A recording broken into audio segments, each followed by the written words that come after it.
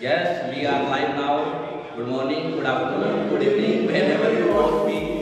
तो HDSC का paper है बेटा साइंस का और सेट सी हमारे पास है, ठीक है। साइंस का सेट सी हमारे पास है क्लास 10 का, जिसका सोल्यूशन हम आपको प्रोवाइड हमने आपको इसके इंपॉर्टेंट टॉपिक्स का वीडियो प्रोवाइड करवाया था, जो हम बेल आइकन में यहाँ पे सोल्यूशन आई आइकन में दे देंगे, ठीक है। साइड में ऊपर कहीं पे आई बना हुआ आ रहा होगा, इधर या इधर होगा तो आप चेक कर लीजिएगा, ठीक है।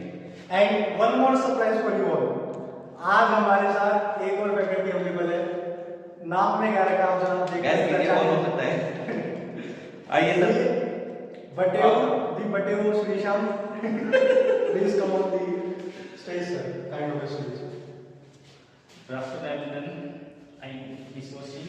Today I am come to meet here Akash sir, Dil sir, and Jay sir. तो चलो बेटा शुरू करते हैं बिना किसी देर के। हाँ, तो केमिस्ट्री वाला पोर्शन सोल्व करते हैं बेटा हम लोग। पहला जो क्वेश्चन है केमिस्ट्री का वो है बेटा, dash is a metal which is a liquid at room temperature. भाई मरकरी Hg बार बार बताया, मरकरी वो मेटल है जो रूम टेम्परेचर पे लिक्विड है, और ब्रोमीन वो नॉन मेटल है जो रूम टेम्परेचर पे कैसी है, लिक्विड है। यानी पहले 11 का क्वेश्चन है आपके पास में आएगा क्या, mercury. Second question, why do ionic compound have high melting point. Ionic compound के मेल्टिंग पॉइंट ऐसे होते हैं due to strong electrostatic force of attraction. करवाया है। अगला, which of the following solution was used to whitewash walls। Calcium hydroxide ये करवाया आपको, ये वाला करवाया क्विकलाइन CaO plus H2O gives CaOOH की कैल्शियम हाइड्रोक्साइड, और यही होता है जो एटमॉस्फेरिक CO2 के साथ में रिएक्शन करता है, जिसके कारण 1 से 2 दिन लग जाते हैं व्हाइट कलर आने में, ठीक है। अगला, what is the common name of CaOCl2। ये बताया था बेटा मैंने आपको, जो इंपॉर्टेंट है उसमें कि जितने भी सोर्स हैं उनके आपको क्या देख के जाने हैं, कॉमन नेम देख के जाने हैं, उनके आयुपैड देख के जाने हैं, सारे आपको बताए हुए हैं। तो CaOCl2 इसका बेटा कॉमन नेम क्या है,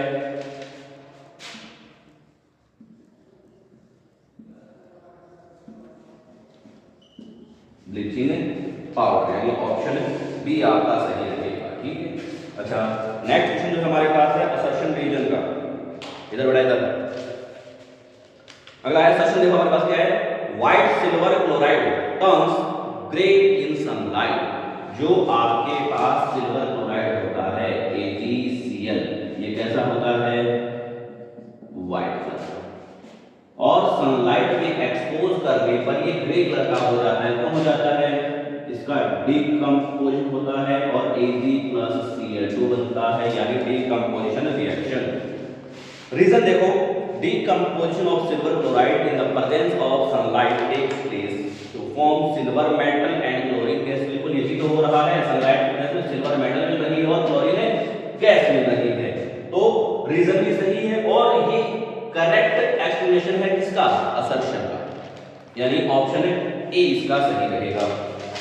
नेक्स्ट है, what is combination reaction, give an example. Combination, decomposition, displacement, double displacement पता ही है मेरा वीडियो में, टाइप ऑफ रिएक्शंस में आपको ये पढ़ के जाना है, ठीक है। तो कॉम्बिनेशन कौन सी होती है, रिएक्शन इन विच 2 और more than 2 reactants combine to give a single product। तर भाई ये वाली कौन सी होती है अपनी कॉम्बिनेशन। एग्जांपल बताना है इसका, नीचे वाला हमारे पढ़ो।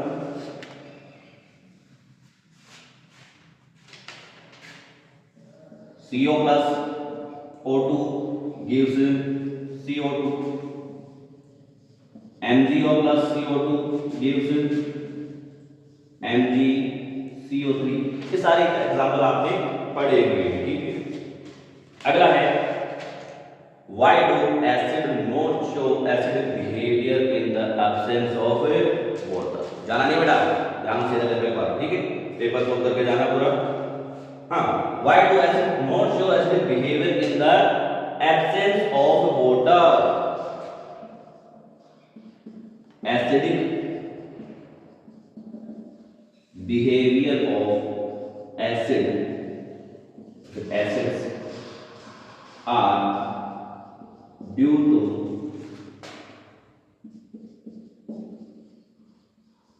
Hydrogen ion. ठीक, ये मेन लाइन है कि जो एसिड्स होते हैं उनका एसिडिक बिहेवियर होता किसके कारण है, हाइड्रोजन आयन के कारण, यानी कि H+ आयन के कारण क्या होता है, इनका एसिडिक बिहेवियर होता है। तो वाटर की एब्सेंस में क्या होगा, डिसोसिएट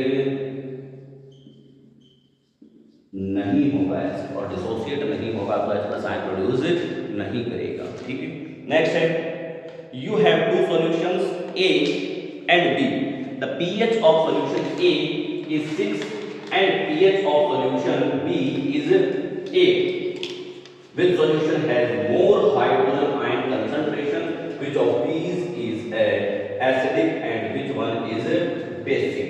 करवाया हुआ है, बहुत एग्जांपल बताया है आपको पीएच स्केल वाले, ठीक है, ध्यान से देखो जरा।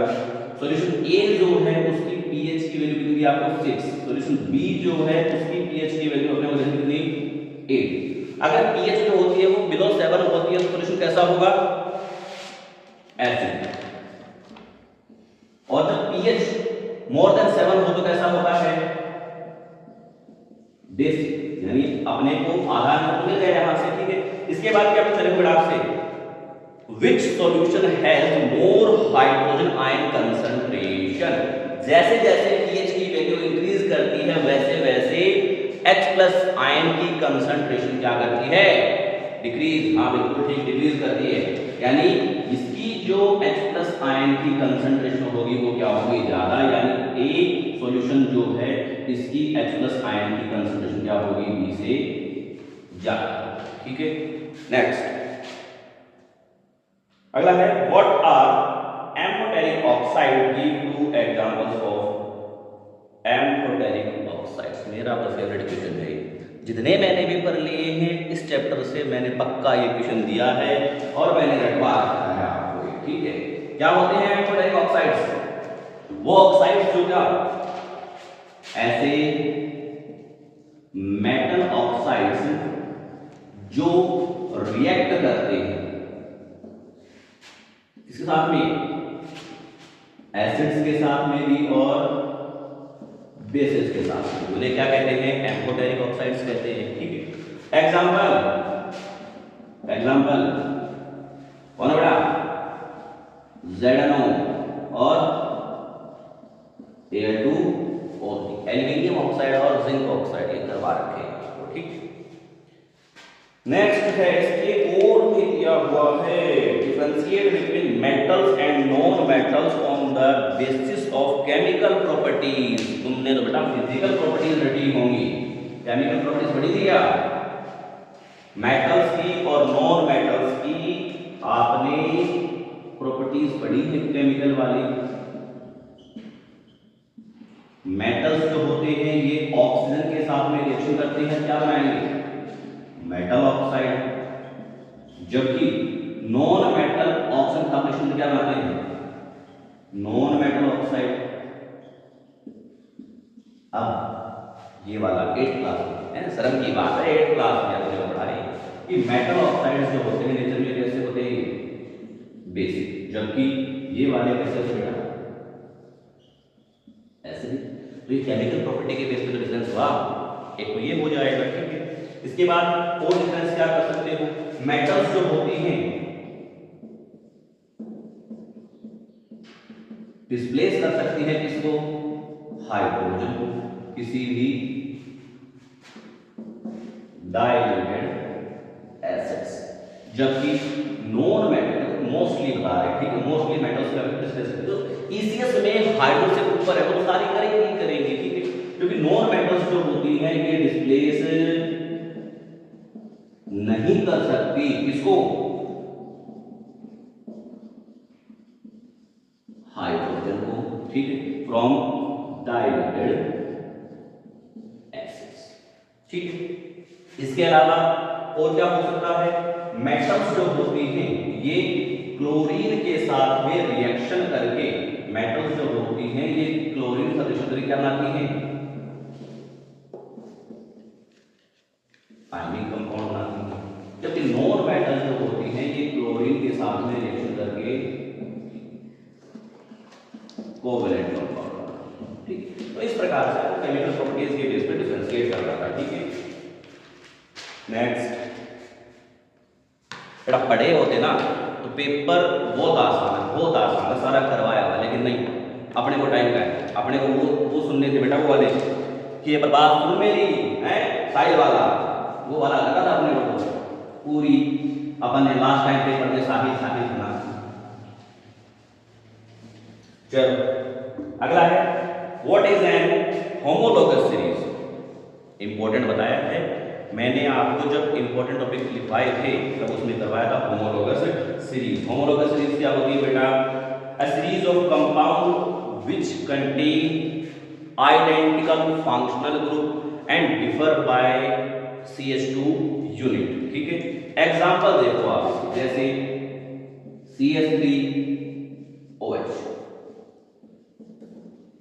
मेथनॉल। नेक्स्ट नंबर कौन होगा सीरीज का, एक CH2 यूनिट बढ़ा देंगे, फंक्शनल ग्रुप अभी भी क्या है, सेम। थर्ड वन होगा CH3 CH2 CH2OH।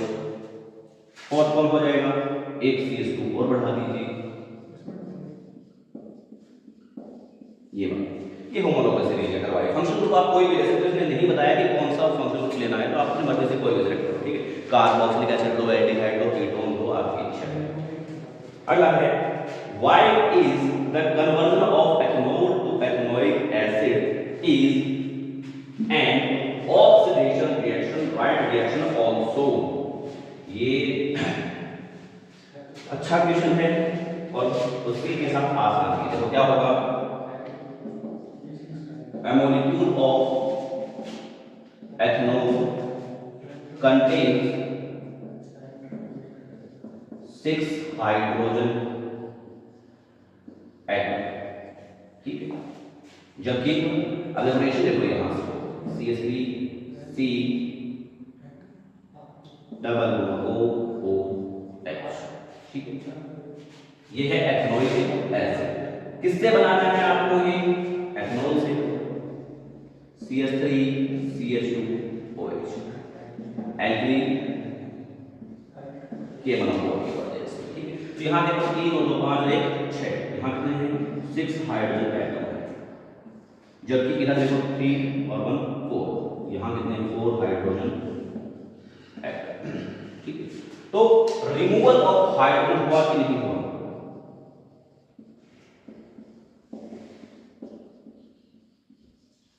ठीक है। इस प्रोसेस में रिमूवल ऑफ हाइड्रोजन हुआ है, साथ ही में आप देख पा रहे हो यहां पे एडिशन ऑफ ऑक्सीजन एटम भी हुआ है, ठीक है। यहां देखिए, यहां एक ऑक्सीजन है ये वाली, यहां एक और एक, दो, ठीक है। Next, why are carbon and its compound used as fuel for most applications. ये भी आपको टेस्ट में दिया हुआ है और आसान भी है, 7th 8th 9th पढ़ते ही जाएगा, ठीक है। देखो कार्बन और उसके जो कंपाउंड्स हैं उनका यूज आप फ्यूल के रूप में क्यों करते हो, इजी टू हैंडल,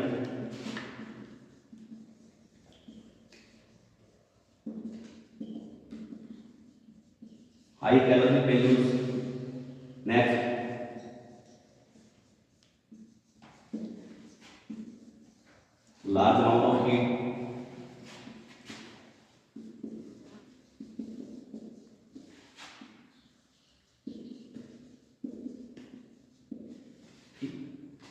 ये वाले सारे इसमें आएंगे, ठीक है। नेक्स्ट अगला है अपने पास इसी के बी में, draw the electron dot structure for, electron dot structure बनानी है अपने को।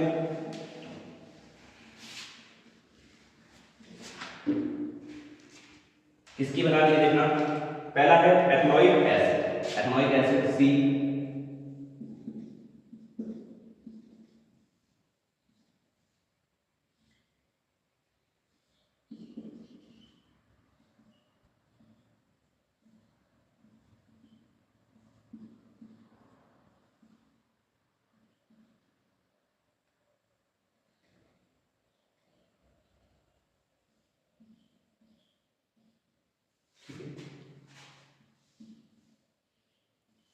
ये वाला है, ठीक है।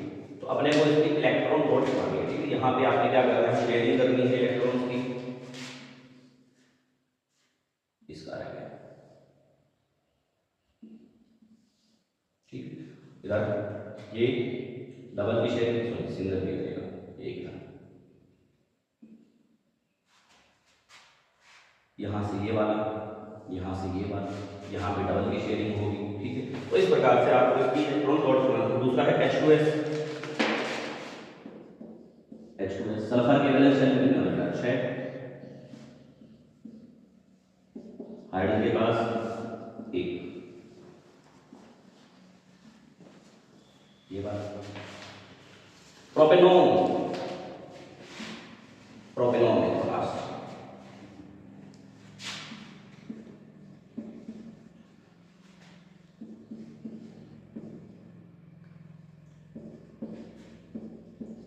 ये है प्रोपेनॉन, ठीक। करना क्या है, इलेक्ट्रॉन डॉट लानी है, यहाँ इलेक्ट्रॉन, यहाँ इलेक्ट्रॉन, यहाँ इलेक्ट्रॉन, अब बॉन्ड हटा लीजिए, इसका वो 3 H है, तीनों H वाला कर दीजिए, 1 2 3, H H H, इसके पास 3 है, H, ठीक है। तो ब्लू वाले को बदलना है किसके, कार्बन के, हाइड्रोजन वाले से ये शेयरिंग होने लगती है, शेयरिंग, ये शेयरिंग, ऑक्सीजन के यहाँ डबल की शेयरिंग होगी, ठीक है। बारी कार्बन के तो जितने इलेक्ट्रॉन शेयर किए हैं कार्बन तो वापस ही देगा, ठीक है। इस प्रकार से अपने इलेक्ट्रॉन डॉट इस्तेमाल, ये था बेटा केमिस्ट्री का पोर्शन, ठीक है। सारा पढ़ाई जैसे है। अब फिजिक्स वाला पोर्शन आप लोग कर लीजिए, आइए। हेलो बच्चों, तो फिजिक्स वाला पोर्शन देख करके तो मेरे को पक्का पता है सबके चेहरे पे स्माइल आई होगी, क्योंकि जैसा फिजिक्स आपने पढ़ा है ये उसके सामने कुछ भी नहीं आया है, ठीक है। मैं इन शॉर्ट जल्दी जल्दी सारे आंसर्स लिख रहा हूं, हम छोटा सा वीडियो करेंगे। देखो पहला क्वेश्चन है सेट सी में, वो ये बता रहा है the SI unit of electric current, विद्युत धारा का एसआई मात्रक क्या है भाई, कूलाम।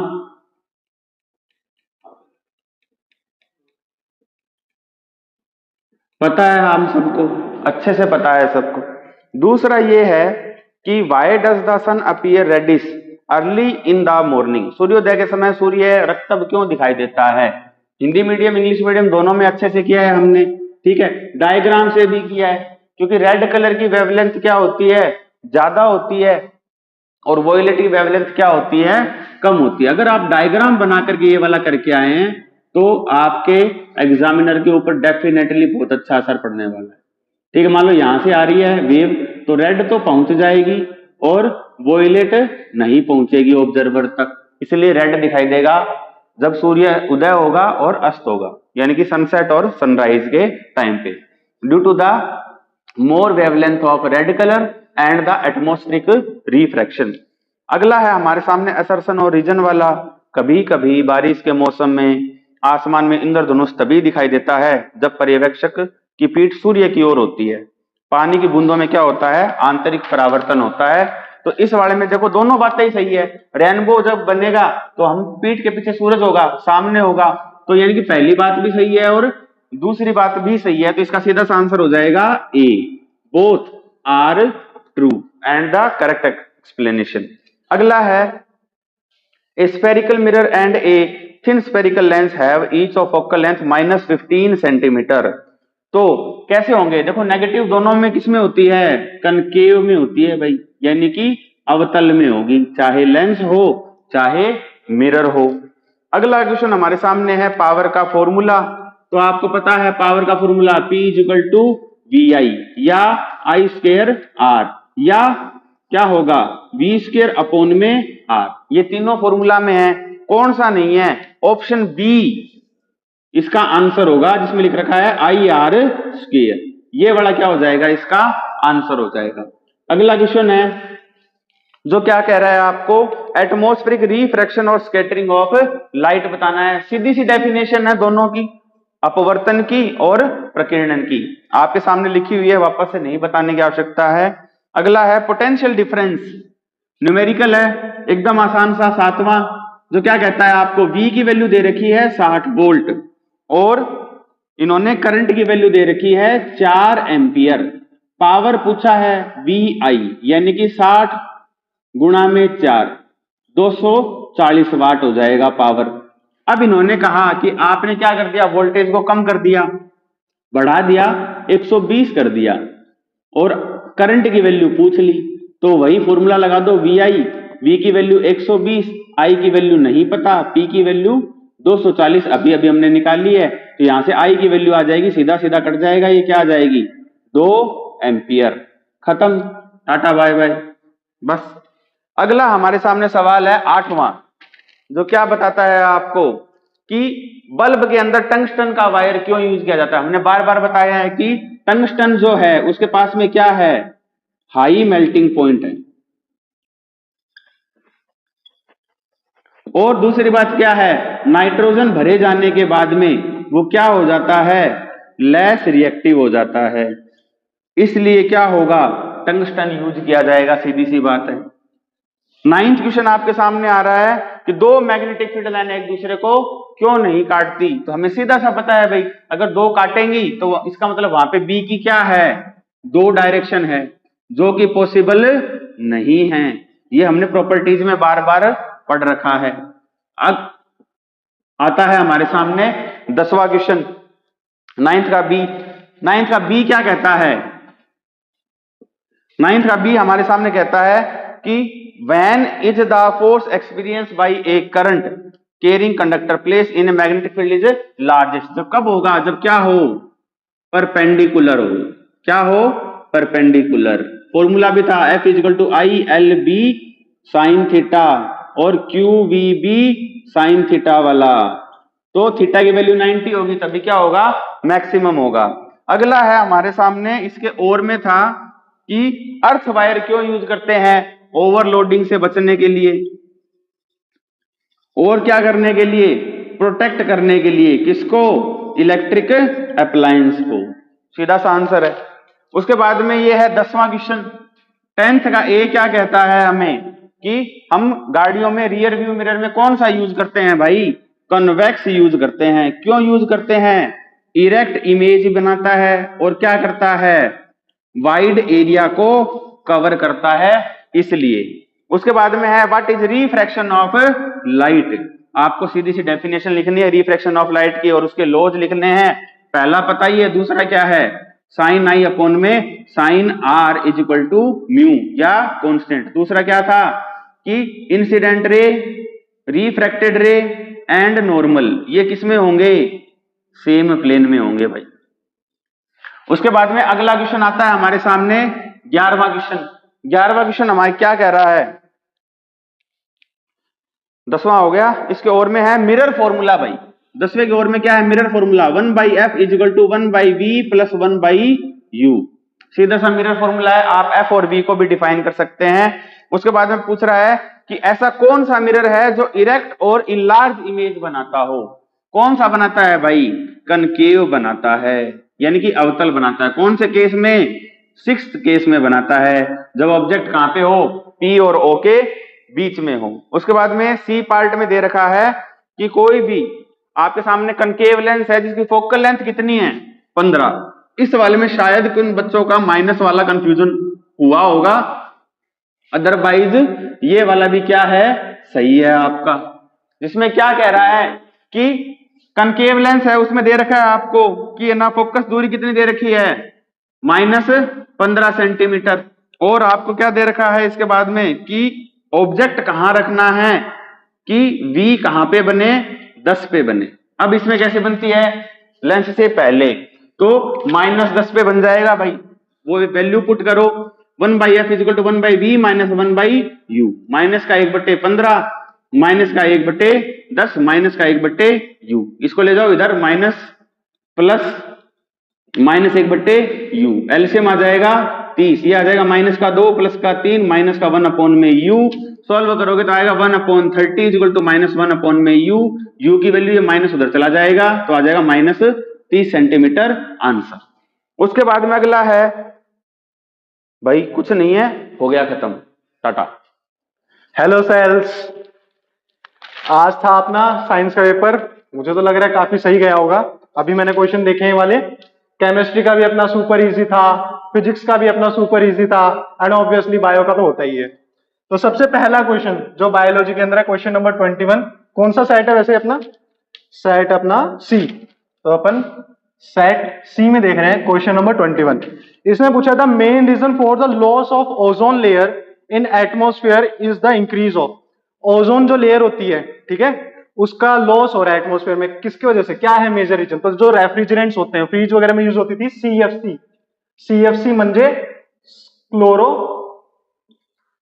फ्लोरोकार्बन, उसकी वजह से क्या हो रहा है, ओजोन लेयर डिप्लीट हो रही है। नेक्स्ट क्वेश्चन है 22, what is essential for synthesis of thyroxine, कि यहाँ पे हमारा थायराइड ग्लैंड होता है, उसमें बनता है एक हार्मोन जिसका नाम होता है थायरोक्सिन। तो थायरोक्सिन बनाने के लिए क्या इंपॉर्टेंट चीज होती है? तो उसको बोलते हैं आयोडीन, वाह, यानी आयोडीन, ठीक है। 23rd वाला क्वेश्चन देखते हैं, which of the following constituent है फूड चेन। भाई 7वीं क्लास का क्वेश्चन आ गया भाई, 10th की क्लास में, 10th के पेपर में। इसमें क्या आएगा? सबसे पहले ग्रास, ठीक है, उसके बाद में क्या आती है? गोट, उसको कौन खाएगा? उसको कौन खा सकता है? ह्यूमन। तो अपनी फूड चेन का क्वेश्चन था। Question number 24, which of the following is a part of male reproductive system? Ovary, uterus, vas deferens and the fallopian tube. इसमें वो जो वेद सर वाला लड़का है ना, उसने पक्का यूट्रस करके आया होगा वो, क्योंकि मैंने एक बार क्लास में पढ़ा रहा था तो बोलते हैं यूट्रस तो मेल में होता है। खैर कोई बात नहीं। 24 वाला जो क्वेश्चन है उसमें क्या दे रखा है? Ovary, uterus, vas deferens and fallopian tube. तो ओवरी भी फीमेल का पार्ट है, यूट्रस भी, फेलोपियन ट्यूब भी, तो बचा क्या? Vas deferens. तो 24th में आ जाएगा वास डिफरेंस। इजी, इजी पे इजी, लेमन स्क्वीजी टाइप का क्वेश्चन था ये। नेक्स्ट अपना assertion reason, energy required to carry out different life process. बहुत सारी जितनी भी लाइफ प्रोसेस होती है ना, रेस्पिरेशन, ब्लड सर्कुलेशन, डाइजेशन, ये सब करवाने के लिए हमें क्या चाहिए? एनर्जी चाहिए। और ये जो एनर्जी है कहां से मिलती है? माइटोकॉन्ड्रिया के अंदर बनती है, क्योंकि माइटोकॉन्ड्रिया हमारा पावर हाउस है। और किस फॉर्म में बनती है? एटीपी, यानी एडेनिन ट्राइफॉस्फेट। तो हमारा असर्शन भी सही है, रीजन भी सही है, और रीजन उसका करेक्ट एक्सप्लेनेशन भी है। तो 25th में क्या आ जाएगा? ऑप्शन नंबर ए फॉर आम। Question number 26, name such plant hormone which, plant hormone के नाम बोलने हैं। पहला क्वेश्चन है इंड्यूस सेल डिवीजन, जो सेल डिवीजन इंड्यूस करता है। तो भाई सेल डिवीजन इंड्यूस करने वाले प्लांट हार्मोन का नाम होता है साइटोकाइनिन, वाह, यानी साइटोकाइनिन। दूसरा हो जाएगा इसमें, तो 26 में क्या आएगा? यहां लिख देते हैं आंसर 26 के ए पार्ट में आएगा साइटोकाइनिन। 26 के बी पार्ट में देखते हैं इनहिबिट ग्रोथ, जो ग्रोथ को रोकता है, तो it is known as abscisic acid. पीछे से थर्ड आइटम इज सेइंग कि सिर्फ 4 मिनट बची है, तो चलो जल्दी से इसको रैप अप करते हैं। क्वेश्चन नंबर 27, क्वेश्चन क्यों बोल रहा हूं मैं, आंसर बोलना चाहिए ना मुझे। तो answer 27, what are the function perform by the testis in human beings. Human beings के अंदर पूछा, यानी ह्यूमन बींग्स में भी किसके पास होती है? ऑब्वियसली मेल के पास। और क्या करती है टेस्टिस? टेस्टिस का पहला काम तो हो जाएगा हमारा स्पर्म का प्रोडक्शन। किसका प्रोडक्शन? स्पर्म का प्रोडक्शन। दूसरा काम क्या होता है इसका? टेस्टोस्टेरोन फॉर्म करना। तो टेस्टोस्टेरोन फॉर्म कर देना। ये 2 फंक्शन हो गए हमारे टेस्टिस के, यानी मेल में टेस्टिस के। Draw a label diagram of longitudinal section of flower, कि फ्लावर जो होता है उसका लॉन्गिट्यूडनल सेक्शन बनाना है, बताना है। मैंने लास्ट एक वीडियो लिया था, उसके अंदर भी मैंने कुछ इंपॉर्टेंट डायग्राम्स बताए थे, तो ये वाला डायग्राम मैंने उसके अंदर इंक्लूड कर रखा था और कहा भी था इसको अच्छे से प्रिपेयर कर लेना, और एज इट इज ये डायग्राम उठ के आ चुका है। तो आंसर नंबर जो अपना 28 है, ठीक है, आंसर 28, उसमें क्या बनाना था, एक पहला कुछ ऐसा स्ट्रक्चर बना लो, ठीक है,